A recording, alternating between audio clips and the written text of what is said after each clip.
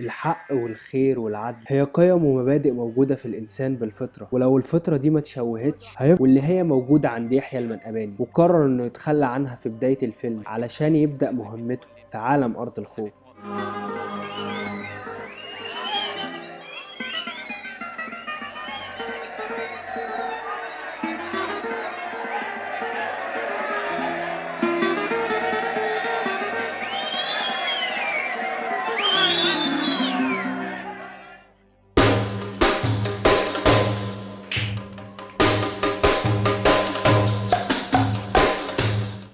بيتعين الضابط يحيى المنقباني في مهمة رسمية مدتها طول حياته، وهو إن يتحول لشخص فاسد بجد في العالم السفلي لتجارة المخدرات، وإن مباح ليه فعل أي شيء حرام أو خارج عن القانون علشان يوصل لهدفه الأسمى، وهو إن يبعت تقارير يبلغ فيها عن كل اللي بيحصل في العالم ده. بيوافق يحيى ويتحول تدريجيا لتاجر مخدرات، لكن بيبدأ جواه صراع داخلي بين الضابط الشريف اللي عنده مبادئ وتاجر المخدرات الفاسد. بين يحيى المنقباني حياة الليل، وبعد فترة من الوقت بتعجب بيه رباب الرقاصة اللي دافع عنها واتضرب طلقة في رجله من المعلم بسيون ابو صباع. بيتجوز من رباب ويبقى مدير المحل الجديد بتاعها، لحد ما بيقع في سكته المعلم سعيد المنزلاوي اللي طلب منه يخرج ابنه من السجن بأي طريقة وبأي تمن، والمقابل اللي طلبه يحيى هي بضاعة حشيش ب2 مليون جنيه علشان يبدأ رحلته اللي بجد في عالم أرض الخوف. وكانت أول خطوة في الرحلة دي هي قتل المعلم بسيون ابو صباع، وفي اللحظة دي بيتغير كل حاجة ويتحول للمعلم يحيى ابو دبور اللي خلاص اتزرع جواه فكرة هتفضل تكبر للأبد. هنا بيبدأ الصراع الحقيقي للنفس بين الخير والشر اللي جواه، مع كمان وجود صراع عالم المخدرات. بيحب أهل منطقته ورفض إنه يتاجر في الهيروين لما دخل السوق المصري، وده عشان خايف على أهل منطقته من السموم. وبيستخدم منطق وفلسفة غريبة جدا أساسها إن ربنا هو اللي كاتب عليه يكون تاجر مخدرات.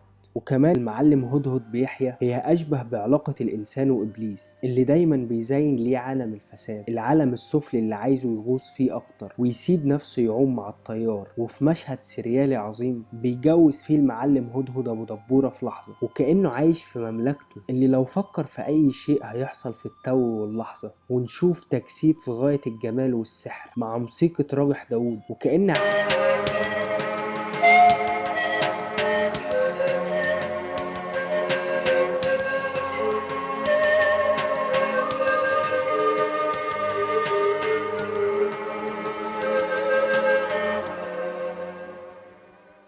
وهنا هناء بتزود الرابط بينه وبين العالم ده وتجيب له ابنه يونس، وهو الجدر اللي اتزرع جواه اللي بقى خلاص جزء منه وما يقدرش يستغنى عنه. على النقيض بقى فريدة، وهي الجسر اللي بتوصله ليحيى القديم والراحة النفسية اللي كان عايز يوصل لها. وتحس ان فريدة هي نفسه اللي بيدور عليها وعايز يصالحها بس مش عارف، لحد ما في الاخر بترجع ليه تاني بس بشكل جديد، وبيتقابلوا فيه في منطقة في الوسط علشان خلاص بقى جواه خوف وارتباك دايما، واتزرع جواه حب وحنين لنفس. والمعاناة الأكبر بتكون بين التوهان والشك اللي ممكن تدفع أي إنسان لحد الجنون. وفي تتابع أحداث مهمة يحيى المنقباني بيبدأ يتخلى عن مبادئه ويتحول لإنسان تاني خالص، وبيفضل بعدها يبعت رسايله للمسؤولين بس ما بيلاقيش رد. وقتها ما بيبقاش عارف اللي بيعمله ده صح ولا غلط، وما بقاش شايف الطريق اللي المفروض يمشي فيه. بيبدأ يتأمل ويشك في كل شيء حواليه، وفي النهاية بيكفر بوحدته في أرض الخوف ويقتنع إنه عايش في مهمة خيالية هو اللي ابتكرها من دماغه.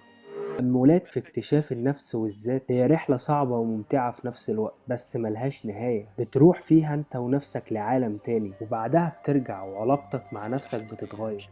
فيلم أرض الخوف والموسيقى بتاعته هي حالة صعب الوصول ليها مع أي فيلم تاني. الفيلم روحاني وشاعري جدا، قدر ياخدني لأعمق شيء جوه نفسي، وموسيقى راجح داوود قادرة لوحدها تاخدني لعالم تاني هطير معاه من غير جناحات وأشوف النجوم وألمس السحاب بإيديا. كمان مع وجود قصة وأحداث في غاية الإبداع وخيال العبقري داوود عبد السيد وتجسيد للعظيم أحمد زكي، وده شيء حقيقي صعب ألاقي كلام أوصفه بيه. وأكيد مش هكون ببالغ لو قلت إن هو من أفضل الأفلام اللي شفتها في حياتي، لأن الفيلم جسد النفس البشرية من ساعة وجودها على الأرض والصراع الداخلي اللي جواها ومع كل شيء حواليها. الصراع والتناقض مع النفس من أصعب الحاجات اللي ممكن يتعبر عنها، لأن طول الوقت بتكون في حيرة ومتلخبط، بس لما تلاقي حد قدر يلمس التناقض ده ويعبر عنه في غاية التفرد والشاعرية هتقدر تلمس حاجات كتير من جواك عن نفسك. صعب تلاقيها بسهولة. قدر يخلينا ميسي يحيى ابو دبورة اللي جواه، ونعرف ان كل واحد جواه الصراع ده بشكل او باخر. ممكن يظهر وتسلم له نفسك، او ظهر وقدرت تتحكم فيه وتتعامل معاه، او حتى الصراع ده لسه موجود جواه ومش عارف تحدد اي مصير او قرار. عادت لي فريدة كما لم أعرفها انا ما اعرفش اي حاجه ومش عايز اعرف.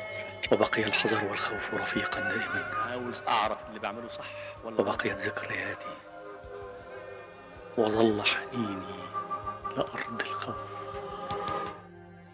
حابب اعرف رايكم جدا في الفيديو، وقولوا لي ايه احسن اداء تمثيلي شفتوه لاحمد زكي. هستنى تعليقاتكم وردكم، وشكرا. سلام.